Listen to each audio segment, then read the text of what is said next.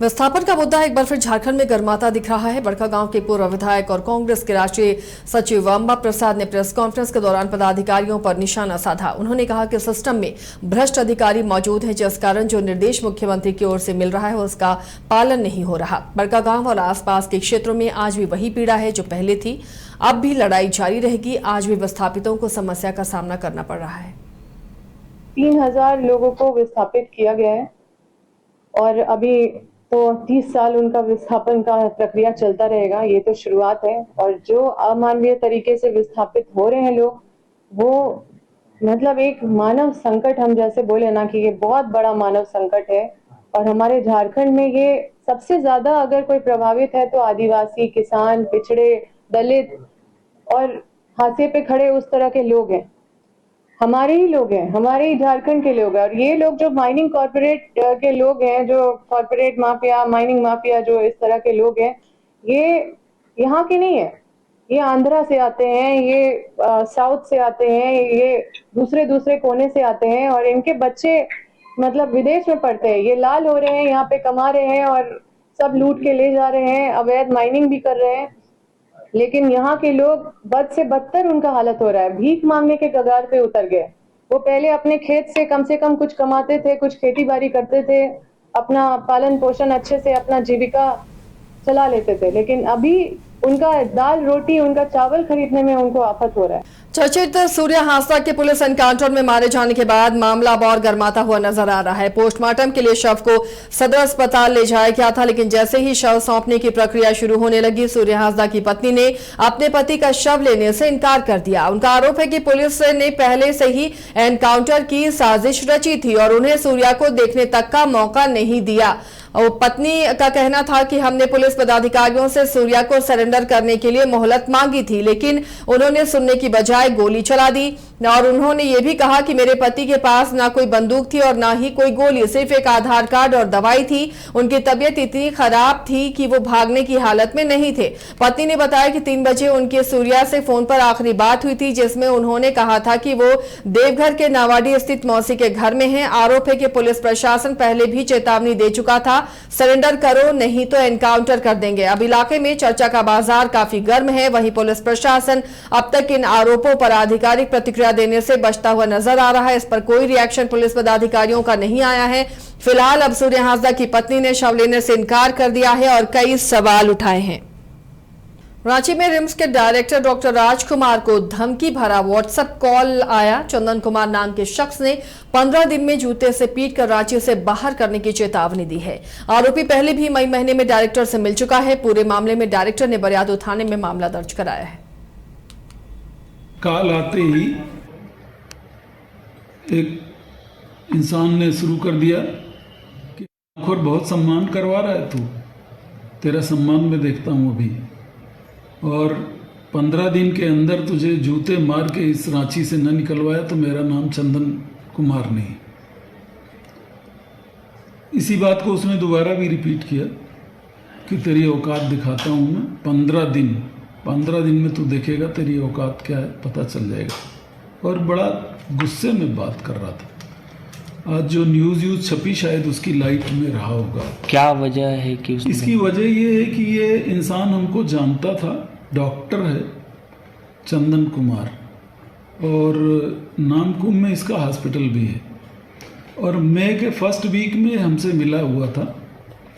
इस रेफरेंस में मिला था कि मैं पीएमओ में नॉन आईएएस सेक्रेटरी हूँ और डॉक्टर भी हूँ, और जुडिशरी में मेरा बहुत दखल है यहाँ, और आपको जो न्याय मिला सर वो उसमें मैंने काफ़ी रिक्वेस्ट की, क्योंकि रिम्स के लिए आप अच्छा काम कर रहे हैं। तो इस चक्कर में 1-2 बार आया और कई काम बताने लगा। एक आध काम इसने नीचे भी इन्फ्लुएंस करके जो रूल में थे वो करवा भी लिए। इसके बाद यहाँ की हर एक्टिविटी में इंटरफियर करने लगा कि इस बाबू का यहाँ ट्रांसफ़र कर दीजिए सर, इसका ये कर दीजिए, इनका प्रमोशन पहले से नहीं हुआ ये कर दीजिए। अब आप तो जानते हैं हम बिना रूल के तो कोई काम कर नहीं सकते। जामताड़ा पुलिस अधीक्षक राजकुमार मेहता ने डीएसपी, सीडीपीओ सहित सभी थाना प्रभारियों के साथ क्राइम मीटिंग की। इस बैठक में उन्होंने लंबित कांडों के अनुसंधान में लापरवाही बरतने वाले 12 थाना के एसआईओ को सस्पेंड कर दिया। वहीं बेहतर कार्य करने वाले थाना प्रभारी को सम्मानित करने की भी बात कही। पुलिस अधीक्षक राजकुमार मेहता ने कहा कि जो अधिकारी बेहतर कार्य करेंगे उन्हें सम्मानित किया जाएगा। पुलिस अधीक्षक राजकुमार मेहता के नेतृत्व में जामताड़ा पुलिस जिले में अपराध को कम करने और लोगों को सुरक्षा प्रदान करने के लिए नई पहल शुरू करेगी। लगातार बारिश ने मेदिनीनगर की सड़कों को गड्ढों और जल जमाव में तब्दील कर दिया है। पैदल चलना भी यहां खतरे से खाली नहीं।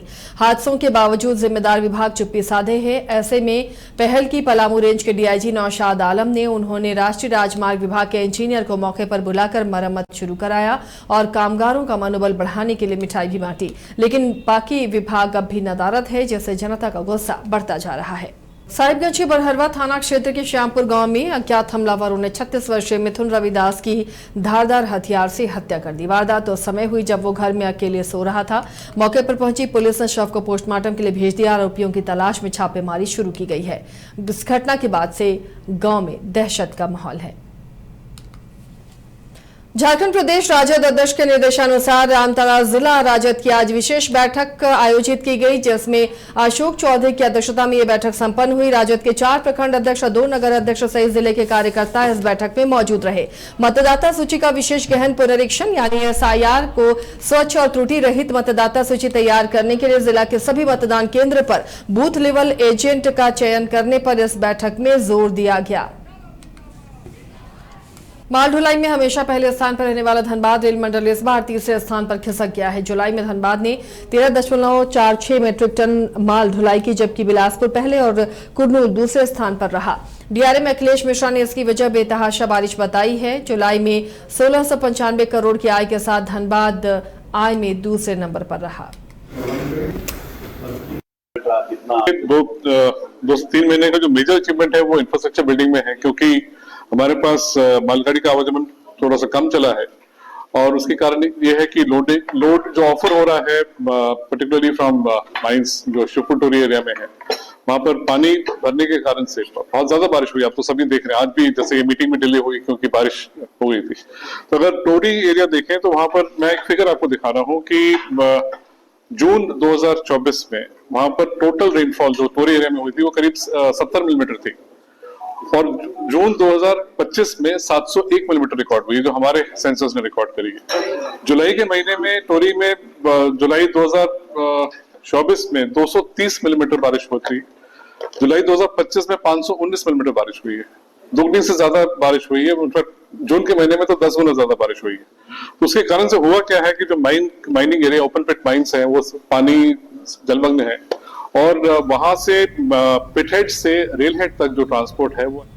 झारखंड बंगला भाषी उन्नयन समिति के द्वारा मानगो ब्रिज के पास दुर्गा मंडप में देश के वीर स्वतंत्रता सेनानी शहीद खुदीराम बोस के 170वें बलिदान दिवस उनका मनाया गया, जिसमें भारतीय जनता पार्टी व्यावसायिक प्रकोष्ठ के प्रदेश संयोजक नीरज सिंह ने उनकी तस्वीर पर पुष्प अर्पित कर नमन किया और आज के युवा वर्ग को खुदीराम बोस जी के देश प्रेम की भावना से ओतप्रोत जीवन के बारे में जानकारी दी। नीरज सिंह के द्वारा इस बात पर जोर दिया गया कि खुदीराम बोस के विषय में युवाओं और बच्चों के बीच में और ज्यादा जानकारी साझा करने की जरूरत है और उन्हें उचित सम्मान दिए जाने की भी जरूरत है।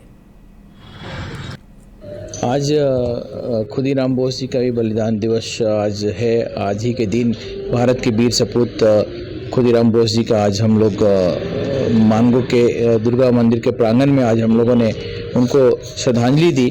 लेकिन मैं आपके माध्यम से मांग करना चाहता हूं कि मानगो में जो फ्लाईओवर का निर्माण चल रहा है, निर्माण पूर्ण होने के बाद उस फ्लाईओवर का नाम जो है खुदीराम बोस जी के नाम पे रखना हमारे हिसाब से बहुत ही उचित होगा, क्योंकि सच्ची श्रद्धांजलि तभी हम उनको दे सकते हैं जब वैसे वीर सपूत के नाम पे हम किसी बड़े चीज़ को उनके नाम पे हम लोग रखें, ताकि उनको उनके नाम की जो है वो चारों तरफ